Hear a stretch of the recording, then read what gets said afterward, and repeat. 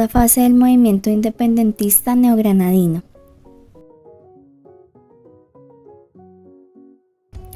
El retorno de Fernando VII al trono en 1814 y el desgaste producido por las contiendas civiles fueron fatales para la causa independentista de Nueva Granada. De nuevo en el poder, el rey empezó a recuperar los territorios de ultramar. En 1815 ordenó formar una expedición pacificadora a Nueva Granada y Venezuela para conquistar las provincias independizadas. Pablo Morillo comandó esta tarea. La pacificación debía lograrse indultando a los que depusieran voluntariamente las armas y reconocieran la autoridad real. Así se hizo en la isla Margarita, en Venezuela. En Santa Marta, que se había mantenido fiel a la corona, Morillo organizó sus fuerzas para reconquistar Nueva Granada. La campaña se inició con el sitio de Cartagena, del 18 de agosto al 5 de diciembre de 1815. La ciudad cayó tras 106 días de heroica resistencia. En 1816, las tropas de Morillo invadieron el país por el Chocó, por Antioquia y Popayán, por el río Magdalena y por la región de Ocaña.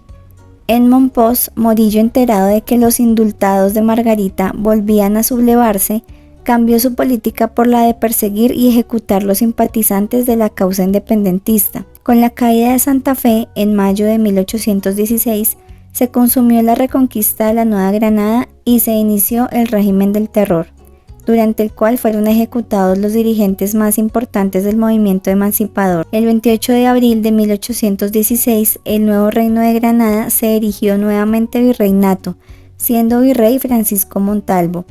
La Primera República se extinguió y se impuso nuevamente el poder colonial. La precipitada caída de la Primera República se explica por la ineptitud del gobierno republicano para mantener la unidad del Estado y para integrar al movimiento independentista grandes masas de población. La anarquía de este gobierno había producido el descontento de la mayoría de los granadinos y por esta razón las tropas de Morillo fueron recibidas con manifestaciones de júbilo en muchas regiones del territorio. Sin embargo, la forma violenta de la reconquista modificó la actitud hacia los españoles. El régimen del terror impuesto y la persecución y exterminio de gran número de personas cambió la imagen benévola del monarca. La reacción antiespañola se extendió a grupos de la población hasta ese momento indiferentes y aún opuestos a la causa independentista. Los campesinos obligados a abandonar sus campos para trabajar en obras públicas y aquellos que en las zonas mineras y agrícolas tuvieron que entregar sus productos al ejército pacificador. Por ello se dice que la reconquista radicalizó el movimiento independentista. La resistencia patriota se concentró especialmente en Casanare, donde se refugiaron todos los que lograron huir al régimen de Juan Sámano, virrey de Nueva Granada desde 1818. Allí se organizaron grupos guerrilleros que obedecieron a diversos líderes, hasta la llegada de Francisco de Paula Santander, quien consiguió imponer la unidad de mando. Estas columnas guerrilleras se unieron luego al Ejército Libertador de Simón Bolívar y su participación fue definitiva en la campaña libertadora de 1819. Correspondió a Bolívar la tarea de unificar las tropas patriotas diversas y comandar la última fase del movimiento independentista. Bolívar en 1815 había viajado a Jamaica para buscar apoyo internacional para sus campañas libertadoras. En su carta de Jamaica analizó los principales problemas que afrontaban las provincias americanas y propuso la organización de las nuevas repúblicas, una vez consumada la independencia. Este documento es una de las piezas más reveladoras del pensamiento político del Libertador. El regreso de Bolívar a Venezuela tuvo muchas dificultades. En 1816, con el apoyo económico de Alejandro Petión, organizó la campaña para liberar a Venezuela. Petión, presidente de la naciente República de Haití, condicionó la ayuda a la promesa hecha por Bolívar de liberar a todos los esclavos en los territorios que lograran su independencia. Esta campaña, conocida como la Expedición de los Cayos, fracasó por culpa de las rivalidades entre los jefes patriotas que obligaron a Bolívar a refugiarse en Haití y regresar a fines de 1816. Tras solucionar algunas disidencias entre los líderes patriotas, Bolívar escogió los llanos del Orinoco como punto de partida en la campaña militar definitiva. Esta decisión obedeció a su nueva visión de la guerra. La independencia no podía lograrse sin un respaldo popular efectivo. Era necesario que el pueblo se identificara con la causa independentista y asumiera la guerra como una lucha propia. El triunfo sería de quien atrajera la causa popular. El llano ya había sido escenario de sangrientas luchas de carácter social. La ofensiva final, campaña de 1819. A finales de 1817, Bolívar consiguió su primera gran victoria al unir las tropas patriotas del Orinoco con las guerrillas del Casanare.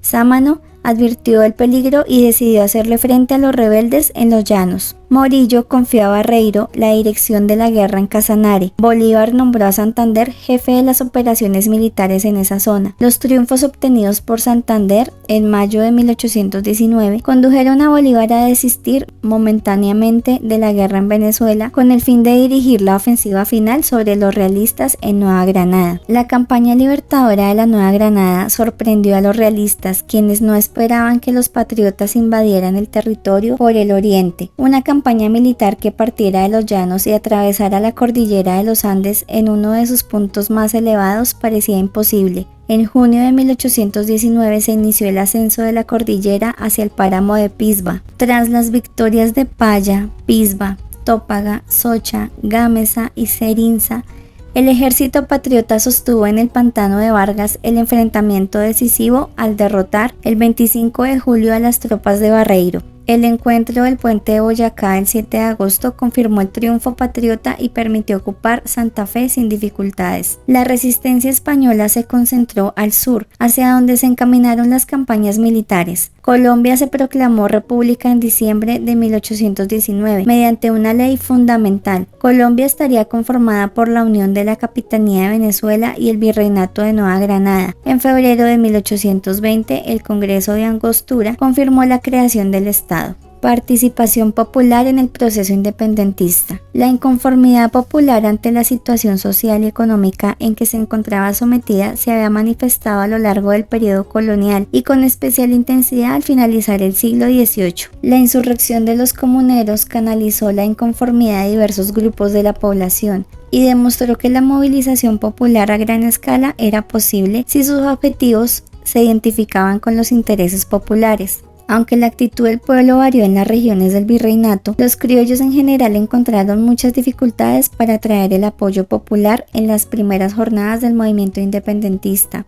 Más que un conflicto puramente político, las rebeliones populares en la primera fase de este movimiento expresaban las tensiones existentes entre las diferentes clases de la sociedad granadina. El ascenso de los criollos al poder no significó un cambio de las condiciones sociales y económicas del periodo colonial, y mucha gente mantuvo su apoyo al rey. Esta actitud fue muy común entre los indígenas, para quienes el monarca era un protector o defensor frente a los abusos de los funcionarios coloniales y de los señores adinerados, incluyendo a los criollos. El realismo indígena fue mayor al sur del virreinato. Las guerrillas realistas del indio Agualongo, por ejemplo, y en la zona de Santa Marta. Las mayorías indígenas de Amazonas, Chocó y algunas regiones de los llanos siempre estuvieron aisladas del conflicto. La esclavitud condicionó el apoyo de las personas de raza negra a la causa independentista. Ellos se definieron en favor del bando que ofreciera abolirla e integrarlos a la sociedad como hombres libres. La promesa de liberar a los esclavos sirvió a ambos bandos para atraer su apoyo. La reconquista de Morillo y su régimen del terror produjeron cambios de actitud en estos grupos hacia la independencia. Aunque algunos sectores apoyaron a las tropas realistas, la violencia de la pacificación y la política represiva de los españoles posibilitaron la formación de guerrillas populares patriotas, especialmente en la región oriental, que luego se unieron a la campaña libertadora. Además, la visión de la guerra que Bolívar pregonaba requería integrar a la lucha a las masas populares, haciendo aparecer la lucha por la independencia como medio para lograr cambios sociales. Conformación del ejército patriota. El ejército patriota lo conformaban en su mayoría mestizos, indígenas y personas negras, reclutados forzosamente durante las primeras jornadas bajo la amenaza de muerte, lo cual motivó frecuentes deserciones y amotinamientos. Carecía de preparación militar sistemática, por lo cual muchas acciones de guerra se caracterizaron por la improvisación. Las tácticas más utilizadas eran los ataques rápidos, por sorpresa, con retiradas rápidas, para evitar enfrentarse a un ejército regular entrenado en estrategias convencionales de guerra. En 1817 y 1819 se unieron a las filas patriotas unos 5.000 soldados ingleses que conformaban la Legión Británica. Su participación se explica por intereses comerciales de la Gran Bretaña, que veía en los nuevos estados americanos un mercado importante para sus productos industriales. En 1824, unos 30.000 hombres formaban el ejército colombiano. Muchos de sus líderes habían aprendido en la acción y sus actividades guerreras los colocaron en lugar importante dentro de la estructura social granadina. De allí surgieron muchos caudillos que durante el siglo XIX ejercieron su poder en forma paralela al poder constituido legítimamente. Revolución de Riego en España. La Constitución española, adoptada por las Cortes españolas en 1812, fue abolida en 1814 por Fernando VII. Y sustituida por una política absolutista. En la península surgió un partido militarista del cual hacían parte Morillo y Sámano, pero también existía una fuerza política contraria que se oponía a los métodos represivos utilizados en la reconquista de América. Como expresión lógica de este pensamiento liberal estalló en España en 1820 la Revolución de Riego, encabezada por Rafael Riego, general de las tropas que debían dirigirse al Nuevo Mundo a continuar la reconquista. El movimiento fue un duro golpe a la continuidad del dominio español en América. Como consecuencia, Morillo se debilitó militarmente y recibió la orden de pactar una tregua con los neogranadinos. España tuvo que aceptar la pérdida de la Nueva Granada y con gran oposición interna se dedicó a defender las posiciones que aún le quedaban en el continente americano. Intereses que defendían los diferentes grupos sociales que participaron en el proceso independentista. Por lo general, la independencia se ha presentado como un movimiento de individuos que luchaban por la autodeterminación política de la Nueva Granada, para alcanzar una serie de reivindicaciones democráticas para toda la población. Sin embargo, en un análisis más profundo se concluye que el movimiento emancipador fue acaudillado por la aristocracia criolla, cuyos intereses solo podían materializarse si se alcanzaba la autonomía política plena. El grupo de los comerciantes acaudilló el movimiento independentista. Las restricciones impuestas por la metrópoli hicieron que este sector fuera el más interesado en la independencia. Como buscaba una relación de intercambio más ventajosa, solo podía obtenerla si comerciaba en forma directa con Inglaterra y Holanda, a menor precio y sin trabas aduaneras. Durante la dominación española, los productos importados tenían pocos compradores, pues los impuestos elevaban mucho los precios, pero si se importaba directamente, estos bajarían y el número de consumidores aumentaría. Por otra parte, los comerciantes también querían eliminar los obstáculos para el comercio interior. Fue así como después de lograda la independencia política, se eliminó la alcabala,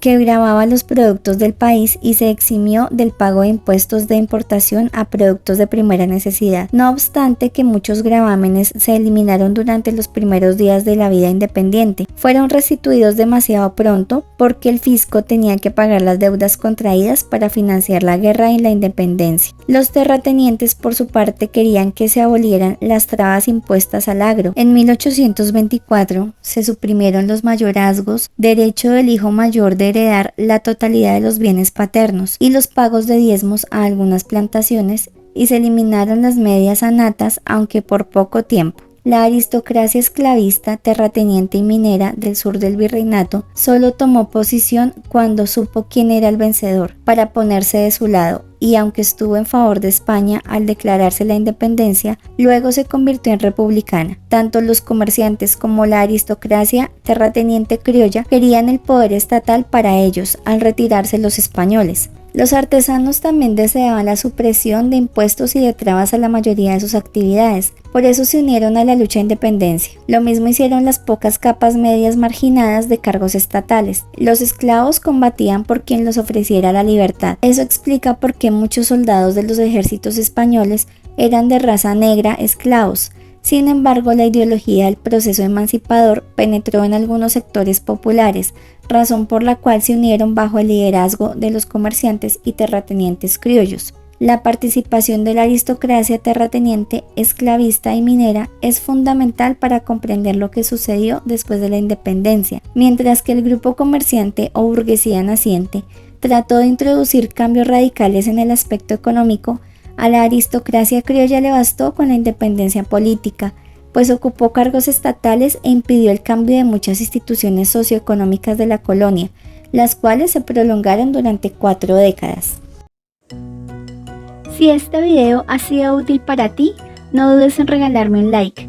Y si te ha interesado este tipo de contenido, suscríbete y activa las notificaciones. Comparte con las personas a quien consideres que lo necesitan.